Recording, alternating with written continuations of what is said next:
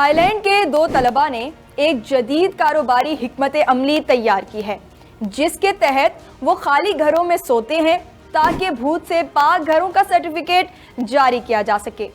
Media reports کے مطابق یہ کاروباری طریقہ اپنانے والے چیانگ مائی صوبے کی راجہ منگالا یونیورسٹی آف ٹیکنالوجی کی ایک 21 سالہ طالب علم وائی فے چینگ اور ان کے کولیگ اور اسٹیٹ ایجنٹ بومپانگ ہیں۔ مسائل درپیش ہوتے ہیں جہاں ماضی میں اموات کی اطلاعات ہوتی ہیں۔ وائی فی نے اس موقع دیکھا کہ وہ بھوتوں سے پاک گھر کے سرٹیفکیٹ جاری کرنے کی سروس فراہم کر سکتے ہیں۔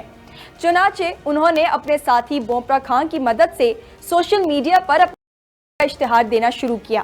اپنے اشتہارات میں وہ مبینہ طور پر آسیب زدہ گھروں اور اپارٹمنٹس میں سونے کی پیشکش کرتے ہیں، جس کے بعد وہ ایسے گھروں میں ایک رات گزار کر خریداروں یا کرایہ داروں کو بھوت سے پاک سرٹیفکیٹ جاری کرتے ہیں۔